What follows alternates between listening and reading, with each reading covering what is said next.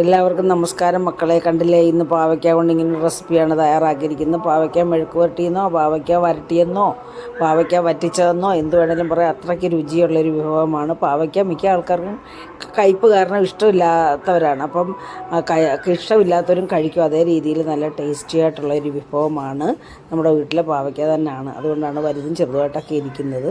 അപ്പോൾ കണ്ടില്ലേ, നന്നായിട്ടത് വെന്തിട്ടുമുണ്ട്. അപ്പം നമുക്ക് ഇതെങ്ങനെ തയ്യാറാക്കിയിരിക്കുന്നതെന്ന് കയ്പില്ലാത്ത രീതി നമുക്കൊന്ന് കണ്ടു നോക്കാം. നമ്മുടെ പാവയിൽ നിന്ന് പാവയ്ക്ക പറിക്കാൻ വേണ്ടില്ലേ, നാളെ ഞാൻ പറിച്ചതിൻ്റെ ബാക്കിയൊക്കെ പാവയ്ക്കയാണിത്. ഇതാ ഒരെണ്ണം കൂടെ ഉണ്ട്, ഇതെവിടെയും ഉണ്ട്. ഇത്രയും പാവയ്ക്ക കിട്ടിയിട്ടുണ്ട്. ഞങ്ങളുടെ ഗീതമ്മയുടെ കൊച്ചുപോനാണ്. അപ്പോൾ നമ്മുടെ വീട്ടിലെ പാവയ്ക്ക നമുക്ക് ഇത്രയും കിട്ടിയിട്ടുണ്ട്. ഇത് വെച്ച് നമുക്ക് പാവയ്ക്ക കയ്പില്ലാത്ത രീതിയിൽ നല്ലൊരു പാവയ്ക്ക കൊണ്ടാട്ടം പോലെ റെഡിയാക്കി എടുക്കാം. അപ്പോൾ ഇത് ഞാൻ അരിഞ്ഞെടുക്കാം. അതിനാണ്ട് ഇതേ രീതിയിൽ നമ്മൾ ഇതിൻ്റെ ഈ ഇവിടെ കട്ട് ചെയ്ത് കളയാം. ഇത് നമ്മളാണ്ട് ഇതേ രീതിയിൽ ഇച്ചിരി കനക്കൂടുതൽ ഇതേ രീതിയിൽ ഇത്രയും കനത്തിൽ നമുക്കിത് കട്ട് ചെയ്തെടുക്കാം. വിളഞ്ഞ കുരുവാണെങ്കിൽ നമുക്കങ്ങ് നീക്കം ചെയ്ത് കൊടുക്കാം കേട്ടോ. ഇതേ രീതിയിൽ അങ്ങ് എടുത്ത് കളയാം. അപ്പോൾ നമ്മൾ എല്ലാം ഇതേ രീതിയിലൊന്ന് കട്ട് ചെയ്തെടുക്കാം. അപ്പോൾ നമ്മുടെ പാവയ്ക്ക എല്ലാം നമ്മൾ ഇതേ രീതിയിൽ കട്ട് ചെയ്തെടുത്തിട്ടുണ്ട്. കണ്ടേ, ചെറുതും വലുതും ഒക്കെ ആയിട്ട് കിട്ടി. നമ്മുടെ വീട്ടിൽ നിന്ന് കിട്ടിയ ആയതുകൊണ്ടേ നമുക്ക് ചെറുതും വലുതും ഒക്കെ ആയിട്ട്, അപ്പോൾ ചെറിയതും വലുതുമായിട്ടാണ് ഞാൻ കട്ട് ചെയ്തത്. പിന്നെ മൂത്ത അതും ഉണ്ടായിരുന്ന കുരു, അത് ഞാനങ്ങ് എടുത്ത് മാറ്റി. ബാക്കി നമ്മൾ കുരുവൊന്നും കളയാതെ തന്നെ ഇതേ രീതിയിലാണ് അരിഞ്ഞെടുത്തിരിക്കുന്നത്. അപ്പോൾ ഇതിലേക്ക് നമുക്ക് 1 ടീസ്പൂൺ ഉപ്പും കൂടെ ചേർത്ത് കൊടുക്കുക. ഉപ്പ് ഇതിനകത്തൊന്ന് പിടിക്കണം. അതിന് വേണ്ടി നമുക്ക് 1 സ്പൂൺ പിന്നെ ഉപ്പ് ചേർത്ത് ഇളക്കി വെക്കാം. കൈകൊണ്ട് തന്നെ ഇളക്കാം. നല്ല അതിൻ്റെ ഒരു നല്ല അടവ് കിട്ടത്തുള്ളൂ. എന്നിട്ട് വെള്ളമൊന്നും ചേർക്കണ്ടല്ലോ, ഇതിൻ്റെ വെള്ളം തന്നെ ഇറങ്ങി വരും. ഉപ്പിട്ട് കഴിയുമ്പോൾ ഇതിൻ്റെ വെള്ളം തന്നെ ഇറങ്ങി വരും. അപ്പോൾ ഇത് നമുക്ക് ഇങ്ങനെ ഇവിടെ ഒന്ന് വെക്കാം. അപ്പോൾ ഇതിനകത്ത് ചേർക്കാനായിട്ട് ഞാൻ എടുത്തിരിക്കുന്ന ഒരു 2 മീഡിയം പരുവത്തിലുള്ള സവാളയാണ്. പിന്നെ ഒരു 3-4 അല്ലി വെളുത്തുള്ളി ചതച്ചെടുത്തിട്ടുണ്ട്. ഒരു 2 പച്ചമുളകും എടുത്തിട്ടുണ്ട്. നമുക്കിനി ഇത് തയ്യാറാക്കാം, കറി തയ്യാറാക്കാം. അപ്പോൾ നമുക്ക് തയ്യാറാക്കാം. നമ്മൾ ചട്ടി ചൂടായിട്ടുണ്ട്. ഇതിലേക്ക് നമുക്ക് 1.5 ടേബിൾ സ്പൂൺ വെളിച്ചെണ്ണ ഒഴിച്ചു കൊടുക്കുക. 1.5 ടേബിൾ സ്പൂൺ മതി.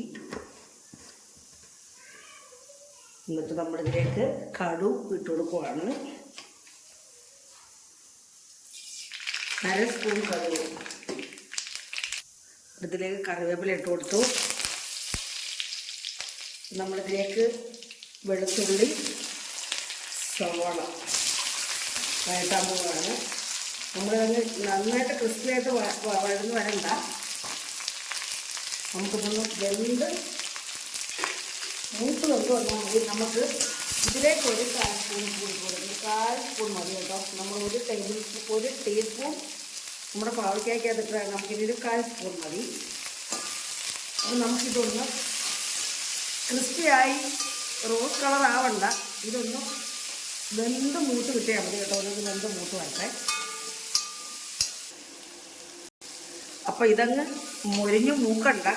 നമുക്കിനി അതിനകത്ത് പാവയ്ക്ക ഇട്ട് കൊടുക്കേണ്ടതാണ്. അപ്പോൾ നമുക്ക് പാവയ്ക്ക ഇട്ട് കൊടുക്കും ഇതിലേക്ക്.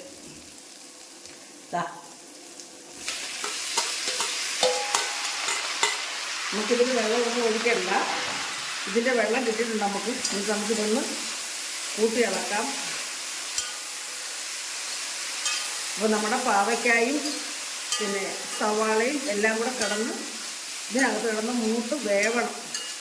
അപ്പോൾ ഈ പാവയ്ക്കായ്ക്ക് കയ്പ്പ് ഒട്ടും നമുക്ക് ഫീൽ ചെയ്യത്തില്ല കേട്ടോ. അതിനാണ് നമ്മൾ നേരത്തെ ഉപ്പിട്ട് വെച്ചിരുന്നതും ഈ സവാള ഇങ്ങനെ ചേർക്കുന്നത്. നമുക്കിതിലേക്ക് ഇനിയും ഇതിനാവശ്യത്തിനുള്ള പൊടി ഇട്ട് കൊടുക്കാം. ആയിട്ട് ഞാനൊരു 2 ടീസ്പൂൺ മുളക് പൊടി, ഒരു 1/4 സ്പൂൺ മഞ്ഞൾപ്പൊടി. ഞാൻ ഉപ്പിട്ടായിരുന്നല്ലോ നേരത്തെ. നമ്മൾ ഈ സവാളക്കകത്ത് സവാളക്കകത്ത് ഇട്ടിട്ടുണ്ട്, പാവയ്ക്കകത്ത് ഇട്ടിട്ടുണ്ട്. നമുക്കിനി ഒരു 1/4 സ്പൂണ് ജീരകപ്പൊടിയും കൂടെ ചേർത്ത് കൊടുക്കും. നമുക്കിനി ഇതൊന്ന് കൂട്ടി ഇളക്കാം.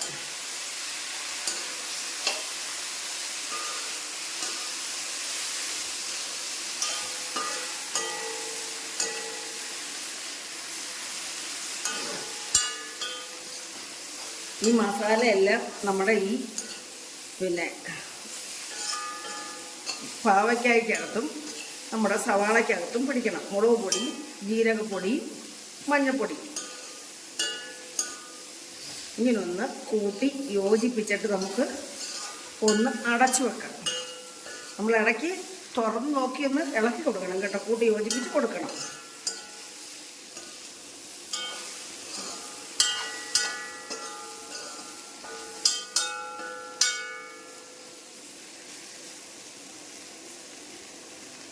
ഞാനിത് അടച്ചു വെക്കാം.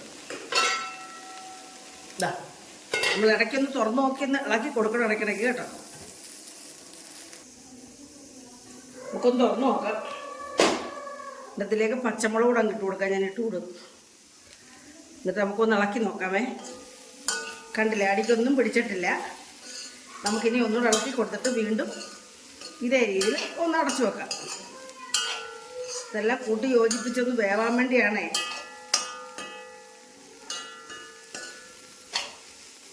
അപ്പം നമുക്കിനി ഇത് അടച്ചു വെക്കാം. വീണ്ടും അടച്ചു വെക്കാം.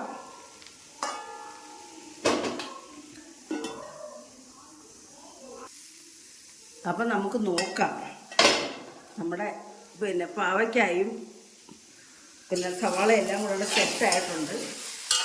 അതെല്ലാം പിടിച്ചിട്ടുണ്ട്. അതിനകത്തെല്ലാം പാവയ്ക്കായും പിന്നെ സവാളയെല്ലാം കൂടെ ഒന്ന് മൂത്ത് വന്നിട്ടുണ്ട്. നമുക്കിനി ഇതിലേക്ക് കുറച്ച് പുളിവെള്ളം ഒഴിച്ചു കൊടുക്കണം. വാളൻ പുളി, അതായത് പിഴുപുളി എന്നൊക്കെ പറയും ഞങ്ങൾ. അത് ഞാനിത് നെല്ലിക്ക വലുപ്പത്തിൽ, ഒരു വലിയ നെല്ലിക്ക വലുപ്പത്തിൽ ഞാൻ പിഴിഞ്ഞ് വെച്ചിട്ടുണ്ടായിരുന്നു. നമുക്ക് എത്രത്തോളം പുളി വേണോ അതനുസരിച്ച് ചേർത്ത് കൊടുക്കാം കേട്ടോ. ഞാനിതിലേക്ക് കുറച്ച് പുളിവെള്ളം ഒഴിച്ചു കൊടുക്കുവാണ്. അപ്പോൾ പാവയ്ക്കായ്ക്ക് ഇച്ചിരി പുളി വേണം, എന്നാലേ അതിൻ്റെ ടേസ്റ്റ് നല്ലതായിട്ട് അറിയത്തുള്ളൂ. അപ്പം ഈ പുളിവെള്ളത്തിനകത്ത് ഇത് കിടന്ന് നന്നായിട്ട് പിടിക്കണം, വെന്ത് പിടിച്ചിത് പറ്റണം. അപ്പോൾ ഇത് പുളിവെള്ളത്തിനകത്ത് കിടന്ന് വെന്തൊന്ന് പിടിച്ച് പറ്റിയിട്ട് നമുക്കിതൊന്ന് അടച്ചു വെക്കാം. അപ്പോൾ അതിലിടയ്ക്ക് നമ്മളൊന്ന് ഇളക്കി കൊടുക്കണം കേട്ടോ. അടുക്കി പിടിക്കുന്നു നോക്കണം. അപ്പോൾ അടച്ചു വെക്കാം. അപ്പം നമുക്ക് തുറന്നു നോക്കാം. കണ്ടില്ലേ, നല്ലതുപോലെ പിടിച്ചു വരുന്നത്. നമുക്ക് വീണ്ടും ഇത് ഇളക്കി കൊടുക്കാം. കുത്തി ഇളക്കി ഇത് ഉടഞ്ഞു പോകും. ഇതേ രീതിയിൽ നമുക്കിത് കഴിക്കാൻ വളരെ ടേസ്റ്റാണ് കേട്ടോ. അപ്പം നമ്മൾ കുത്തി ഇളക്കാതെ വീണ്ടും ഒന്ന് അടിക്കൂന്ന് മേളോട്ട് ഇളക്കി വെച്ചിട്ട് നമുക്ക് വീണ്ടും ഇത് അടച്ചു വെച്ച് നമ്മുടെ ഈ പുളിവെള്ളം ഇതിനകത്തങ്ങ് പിടിച്ച് ഇത് ഡ്രൈ ആവണം. ഇല്ലേ, നമുക്ക് നോക്കാം. കണ്ടില്ലേ, വെള്ളമൊക്കെ പറ്റി ഈ സമയത്ത് നമ്മൾ ഉപ്പ് നോക്കിയിട്ട് കുറച്ച് കൂടെ ഇട്ട് കൊടുക്കണം. അപ്പോൾ ഇത് കണ്ടില്ലേ, ഇനി ഇത് നല്ലതുപോലെ പറ്റി ഇതിനകത്ത് ഇതെല്ലാം ഇതിൻ്റെ പുളിയെല്ലാം മസാലയൊക്കെ പിടിച്ച് നല്ല ഡ്രൈ ആയിട്ട് വരട്ടെ. നമുക്കതുവരെ നമുക്ക് വെയിറ്റ് ചെയ്യാം. കിടന്നത് ഡ്രൈ ആവട്ടെ. അപ്പോൾ ഇനി നമുക്കിത് തുറന്ന് വെച്ച് ഡ്രൈ ആക്കി എടുക്കാം. കണ്ടില്ലേ, നന്നായിട്ട് വെന്തിട്ടുണ്ട്. നല്ല ടേസ്റ്റും ഉണ്ട്. ആ പുളിയും ഇവിടെ എല്ലാം. ഇപ്പോൾ കൈ പൊട്ടുവേ അറിയുന്നില്ല കേട്ടോ. അപ്പോൾ കൈ പൊട്ടുകയില്ലെന്ന് പറയുന്നത് നമ്മുടെ ഈ പാവയ്ക്കയുടെ ടേസ്റ്റ് എന്ന് പറയുന്നത് കയ്പ്പാണ്. പിന്നെ ഈ ചിലർ കയ്പ്പ് ഇഷ്ടമല്ലോ, കയ്പ്പ് ഇഷ്ടമല്ലാത്തത് കഴിക്കത്തില്ലല്ലോ. അപ്പോൾ അവർക്ക് കഴിക്കാൻ വേണ്ടിയാണ് നമ്മൾ ഇതേ രീതിയിലൊക്കെ തയ്യാറാക്കുന്നത്. അപ്പോൾ ഇതെല്ലാം ഒന്ന് പറ്റി ഡ്രൈ ആയിട്ട് വരട്ടെ. നമുക്ക് അതുവരെ വെയിറ്റ് ചെയ്യും.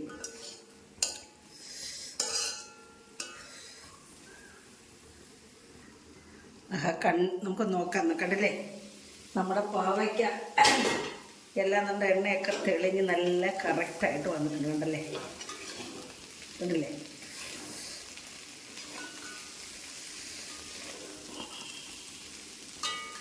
ഇതേ രീതിയിൽ ഒരു തവണയെങ്കിലും ചെയ്ത് നോക്കണം. കഴിക്കുന്നവരൊക്കെ കഴിക്കും. അത്രയ്ക്ക് ടേസ്റ്റാണ് കേട്ടോ. ആ പുളിയുടെ ടേസ്റ്റും പുളിവെള്ളവും എല്ലാം കൂടി ഒഴിച്ചപ്പോൾ നല്ല ഒരു കണ്ടില്ലേ. ഒരു തവണയെങ്കിലും ഇതൊന്ന് ചെയ്ത് നോക്കണേ. എന്നിട്ട് പിന്നെ നിങ്ങളെന്നും പാവയ്ക്കാക്കിട്ട് ഇങ്ങനെ ചെയ്യും. കണ്ടില്ലേ, നല്ല ടേസ്റ്റാണ് കേട്ടോ. ടേസ്റ്റ് പറഞ്ഞറിയിക്കാൻ പറ്റുന്നില്ല, അതേ രീതിയിൽ ടേസ്റ്റാണ് കേട്ടോ. ചൂട ഒന്ന് കിടന്നതിൻ്റെ വെള്ളമൊക്കെ ഒന്ന് എണ്ണയൊക്കെ ഒന്ന് തെളിഞ്ഞ് വരണ്ടേ. അപ്പോൾ നമ്മുടെ പാവയ്ക്കയുടെ എണ്ണയൊക്കെ തെളിഞ്ഞു വന്ന് ഞാൻ പ്ലേറ്റിലേക്ക് മാറ്റുകയാണ്. നല്ല ടേസ്റ്റിയാണ്, ഇത് കഴിക്കാൻ നല്ല രുചിയാണ്. ഇത് കൂട്ടി ചോറ് കഴിക്കാൻ വേറെ എന്തെങ്കിലും ഒരു കറിയും ഉണ്ടെങ്കിൽ സൈഡ് ഡിഷായിട്ട് ഉപയോഗിക്കാൻ നല്ല ഒരു പാവയ്ക്ക റെസിപ്പിയാണ്. നല്ല ടേസ്റ്റാണ്, കഴിക്കാത്തവരൊക്കെ കഴിക്കും. അപ്പോൾ എല്ലാവരും ഇങ്ങനെ ചെയ്ത് നോക്കുക. എല്ലാവർക്കും ഇഷ്ടപ്പെട്ടിട്ടുണ്ടെങ്കിൽ സപ്പോർട്ട് ചെയ്യുക. പിന്നെ ആ ബെൽ ബട്ടനോടൊന്ന് ഇനേബിൾ ചെയ്യണം. അപ്പോൾ അടുത്ത ഒരു നല്ല വീഡിയോട്ട് വരുന്നവരെ മക്കളെ എല്ലാവർക്കും എൻ്റെ നന്ദി, നമസ്കാരം.